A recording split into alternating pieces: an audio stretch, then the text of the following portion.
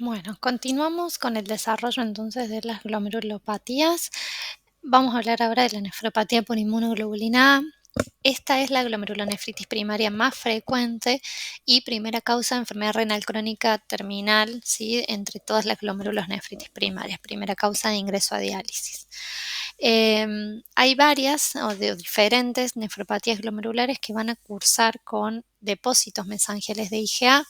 Cuando no tenemos manifestación sistémica se denomina enfermedad de Berger y con manifestaciones sistémicas la púrpura de Johnley-Henoch, ¿sí? Con manifestaciones cutáneas de tipo vasculítico, artralgias y dolor abdominal. Va a ser más frecuente en hombres entre los 20 y los 40 años. La presentación clínica puede ser, por un lado, silente, asintomática o sintomática, ¿sí? Cuando es silente, es asintomática, ¿sí? Los depósitos de IgA en mesangio no van a dar mucha clínica y esta la vamos a encontrar en biopsias de, ustedes se preguntarán si es silente o asintomática, ¿por qué?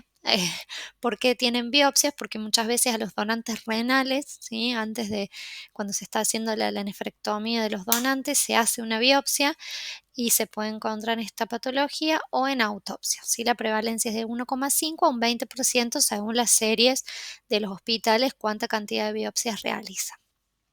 Después encontramos la forma asintomática, ¿sí? Donde vamos a encontrar un hallazgo incidental de hematuria microscópica que puede estar o no acompañada de proteinuria. Un paciente que se va a hacer un chequeo y se encuentra hematuria o cruces de hemoglobina en la orina completa, se le pide un sedimento y encontramos hematuria. Y la forma sintomática, donde ya sí la hematuria va a ser macroscópica y frecuentemente asociada a una infección de vías aéreas superiores o menos frecuentemente a infecciones gastrointestinales o infecciones urinarias, ¿sí? Que luego de la resolución del cuadro infeccioso va a desaparecer la macrohematuria, ¿sí? Aunque puede permanecer la microhematuria durante más tiempo. Puede acompañarse o no de proteinuria y también o no acompañarse de fallo renal. La gran mayoría de los pacientes van a presentar hipertensión. En la anatomía patológica, ¿sí? Vamos a ver en la microscopía óptica lesiones muy variables, ¿sí? Desde inexistentes hasta la presencia de semilunas cuando es muy agresiva la patología. La alteración característica de la misma va a ser la proliferación mesangial, ¿sí? La expansión de la matriz celular. O sea, en el mesangio vamos a encontrar una zona de proliferación y aumento de celularidad, ¿sí? Como dijimos, la presencia de semilunas puede ser cuando existe fallo renal rápidamente progresivo y la variabilidad de las lesiones va a depender del momento evolutivo de la enfermedad en el cual se realiza la biopsia. Las imágenes que vemos acá, en esta primera imagen solamente podemos observar la hipercelularidad mesangial, ¿sí? Por ejemplo, las células normales en mesangio son entre 3 y 5, y acá podemos ver un aumento en la celularidad del mesangio, 1, 2, 3, 4, 5, 6, 7, o sea, veríamos en esta zona de mesangio un aumento, ¿sí? De la celularidad. En otro momento evolutivo, ¿sí? Ya podemos ver también celularidad endocapilar, la vemos por aquí, y alguna zona en la que ya estamos viendo un inicio de, podría ser una semiluna. Y en la tercera vemos ya la esclerosis segmental, ¿sí? Acuérdense, segmental cuando afectaba a una parte del glomérulo. Bueno, en la inmunofluorescencia vamos a ver la presencia de IgA, que es característica, ¿sí? Esta puede estar acompañada de otras inmunoglobulinas o del complemento, pero siempre la presencia de IgA debe ser predominante. La distribución va a ser en mesangio principalmente y puede o no haber depósitos en los capilares glomerulares. Y en la microscopía electrónica vamos a ver estos depósitos mesangiales o paramesangiales.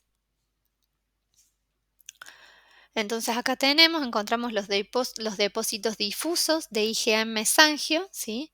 Vamos a ver, recuerden las imágenes anteriores que veíamos, por ejemplo, la membranosa, donde las membranas eran las que estaban.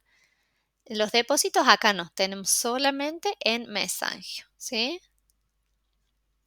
Podemos observar todos los depósitos. Igualmente, en esta otra imagen, donde vemos la célula mesangial, la luz del capilar glomerular con su epitelio fenestrado y la membrana basal, ¿sí? Y en toda esta zona del mesangio, todos los depósitos que corresponden a IgA.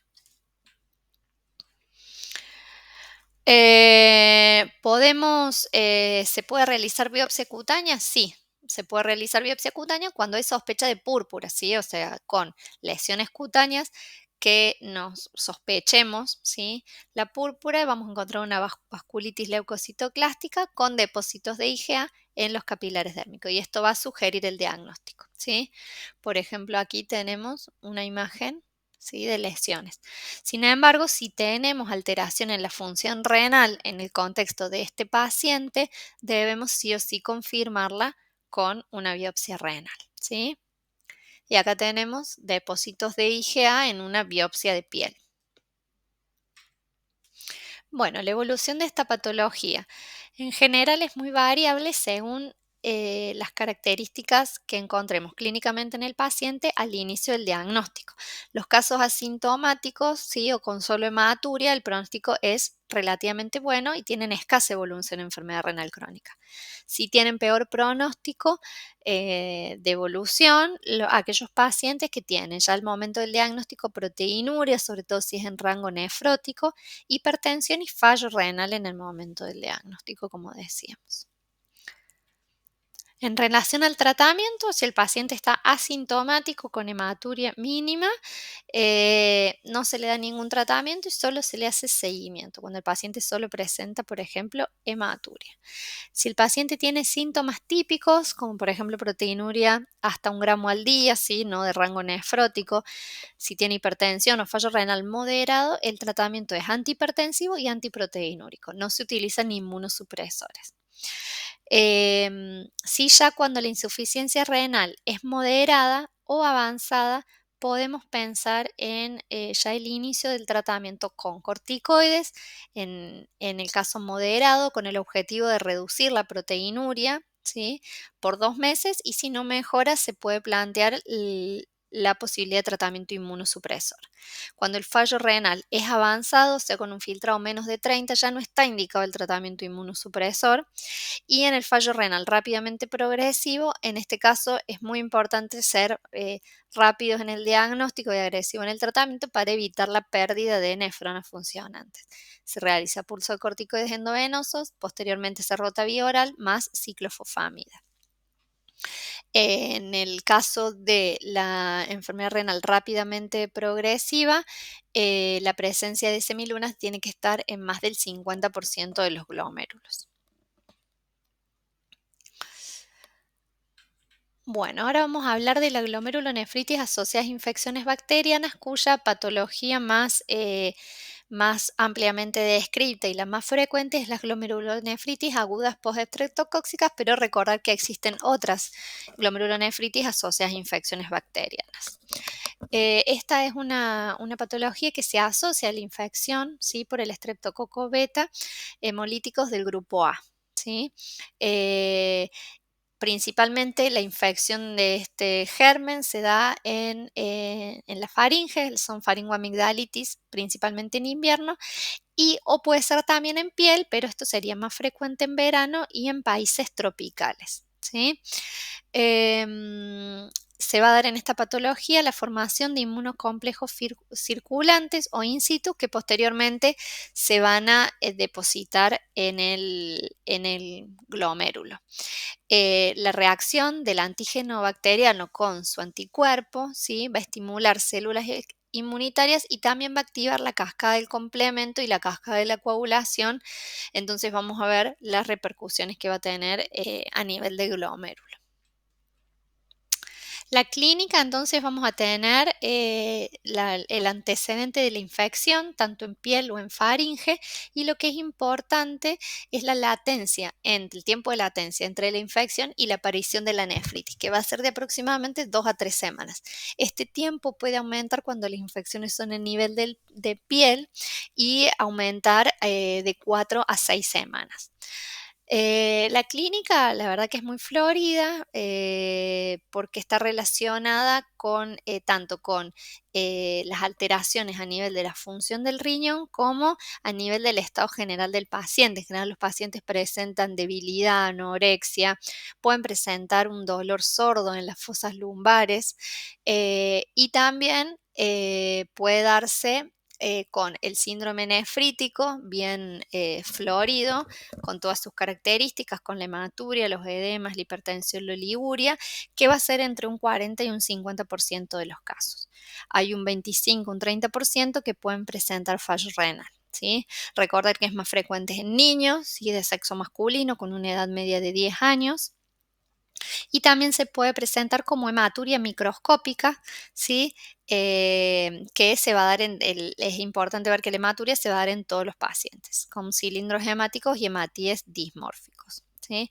El edema también puede verse muy frecuentemente, entre el 80 al 90% de los pacientes, con características de edema palpebral y en miembros inferiores, y lo importante es saber que el edema en estos pacientes no va a ser por la proteinuria, sino por la retención hidrosalina que se va a generar por el fallo renal. ¿Sí?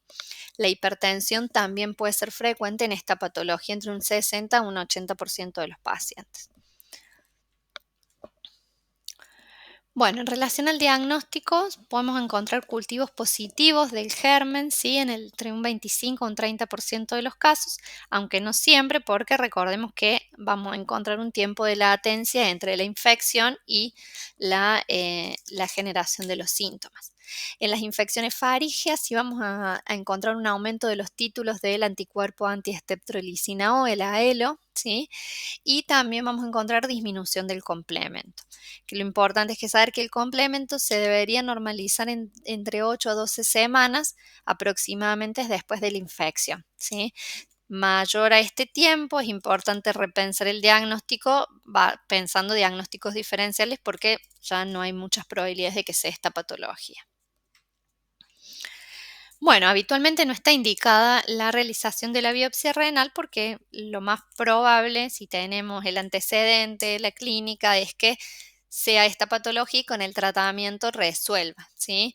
Pero si dudamos del diagnóstico, por ejemplo, como decíamos, un complemento normal al momento del diagnóstico o que el complemento se mantenga permanentemente bajo más de 8 a 12 semanas, debemos pensar en otra patología y nos plantearíamos la necesidad de biopsia. O si tenemos anticuerpos negativos o proteinuria masiva o fallo renal progresivo, bueno, todas estas causas nos harían sospechar del diagnóstico y plantearnos la necesidad de biopsia.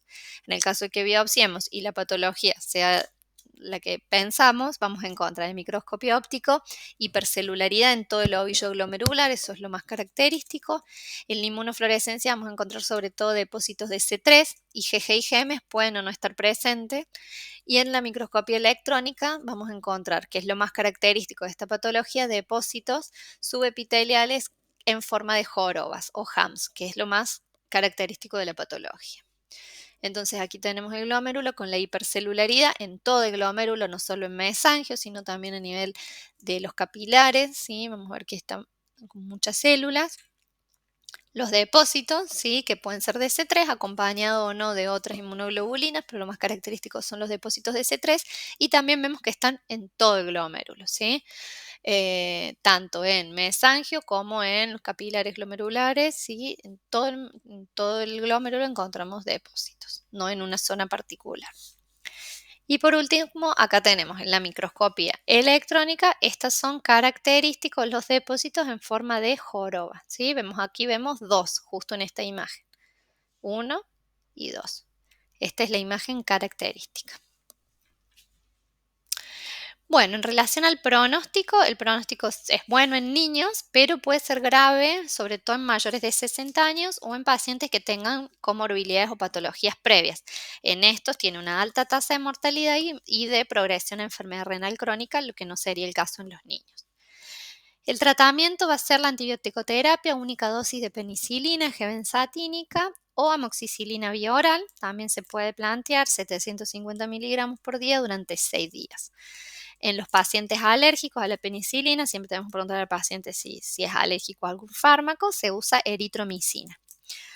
Es importante la restricción de sodio y de líquidos, diuréticos de asa, por ejemplo, furosemida en el caso de sobrecarga, antihipertensivo, se utiliza principalmente nifedipina y siempre valorar la necesidad de terapia de reemplazo renal, que no necesariamente significa que el paciente va a quedar con un fallo renal crónico durante toda su vida, pero quizás en algún momento necesita rescate con hemodiálisis o si es un niñito con diálisis peritoneal, pero para hasta superar el proceso patológico.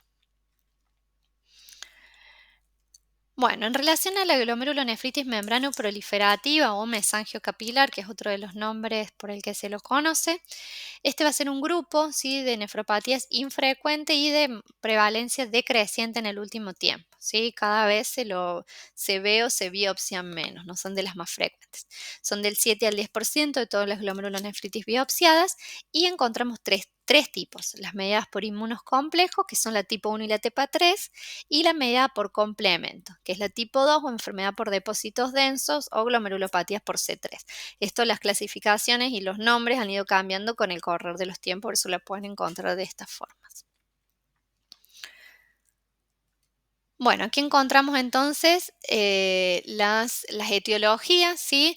Entonces, recordar que la tipo 1 y la tipo 3 son las que son asociadas a inmunocomplejos, ¿sí? Y la tipo 2 asociada al complemento, ¿sí? Que es la glomerulonefritis por C3.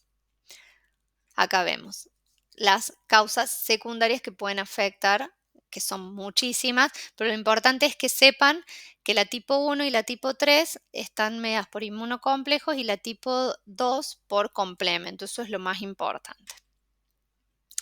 La clínica, la tipo 1 será alrededor de los 25 años y la presentación más frecuente es con síndrome nefrótico más hipertensión.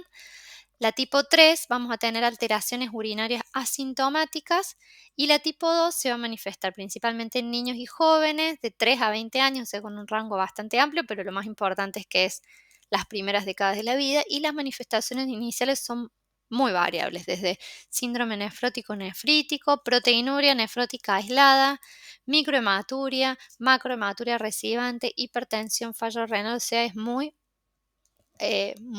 amplia la gama de presentación clínica. En la anatomía patológica, ¿qué es lo que vamos a ver?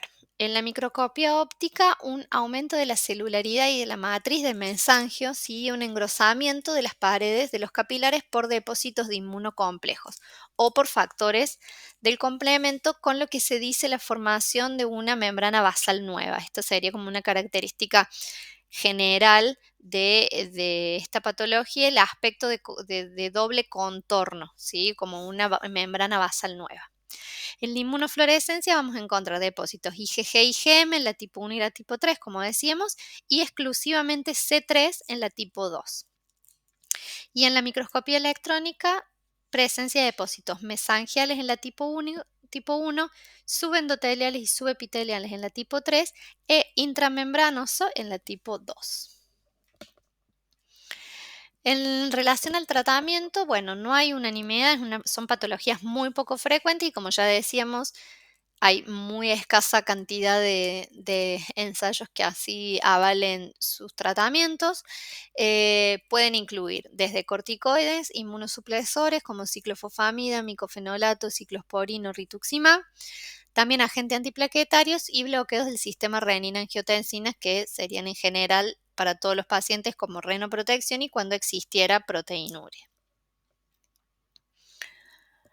Bueno, en relación a las glomerulonefritis extracapilares, que si mal no recuerdo ya es una de las últimas, estas se van a definir por la acumulación en forma circular de al menos 2 capas de células de aspecto epitelial con formas de semiluna, ¿sí? Son las rápidamente progresivas, que van a desplazar y sustituir a la formación y a la arquitectura del ovillo glomerular normal.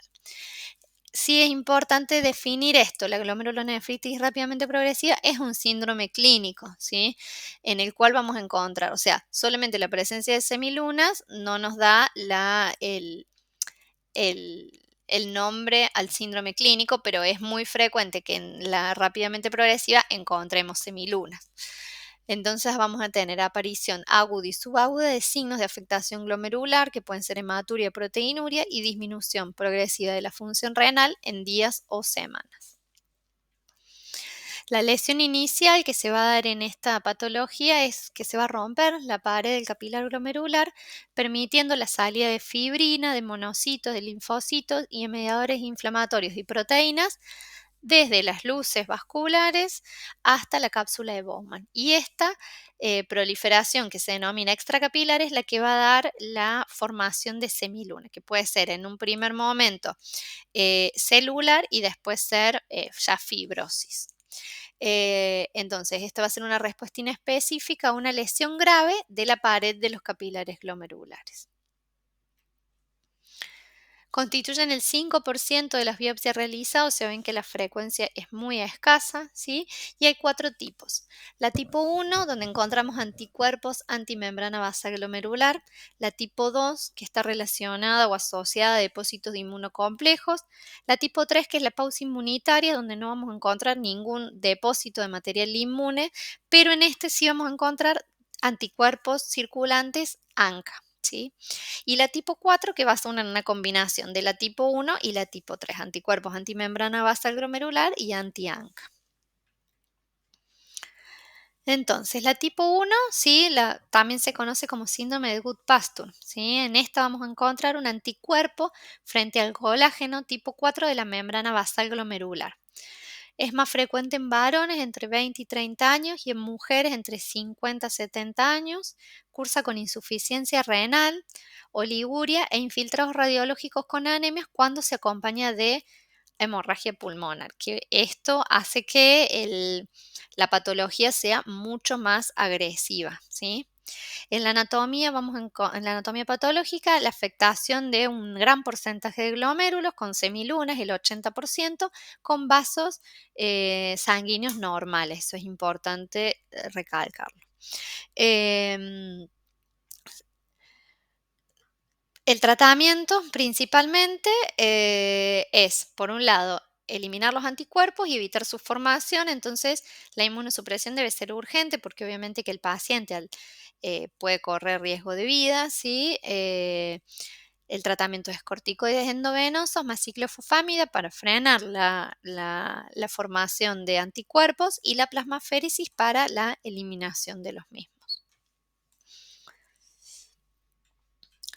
La tipo 2 es una complicación de una glomerulonefritis primario-secundaria que se va a caracterizar con el depósito de inmunocomplejo. Recuerden todas las patologías que vimos previamente, por ejemplo la IgA, que puede presentarse con el desarrollo de una rápida progresión y la formación de semilunas, o un paciente con lupus. Son patologías que pueden presentarse con la generación de semilunas o rápida progresión, que sería el caso este de la tipo 2, o sea, una complicación de una glomerulonefritis primaria o secundaria. En esta vamos a encontrar depósitos de inmunocomplejos, por ejemplo en la IgA o en el lupus, y en la clínica vamos a tener fallo renal más las afectaciones de la enfermedad de base. El tratamiento es corticoides más inmunosupresores. Y la tipo 3 es una vasculitis asociada a ANCA. En la biopsia, la lesión característica son áreas de necrosis y depósitos de fibrina en el glomérulo. Lo más frecuente es en hombres y alrededor de los 60 años, y la clínica es bastante florida, con fiebre, mialgias, artralgias, fallo renal, proteinuria no nefrótica y hematuria glomerular, ¿sí? En el laboratorio, en esta patología, vamos a encontrar complemento normal, pero sí vamos a encontrar los anticuerpos ANCA circulantes. El tratamiento va a estar basado en la inmunosupresión, esteroides más ciclofosfamida o rituximab y también en la plasmaféresis. En la plasmaféresis va a ser en casos de, de- de muy muy graves, ¿sí? En pacientes que requieran desde el inicio del diagnóstico de la enfermedad, hemodiálisis o que también se asocien a hemorragias pulmonar, ¿sí? En esos casos vamos a necesitar la plasmaféresis, cuando es muy agresivo la clínica de la patología. Bueno, y eso sería todo de la segunda parte de enfermedades glomerulares 2. Espero que les haya servido.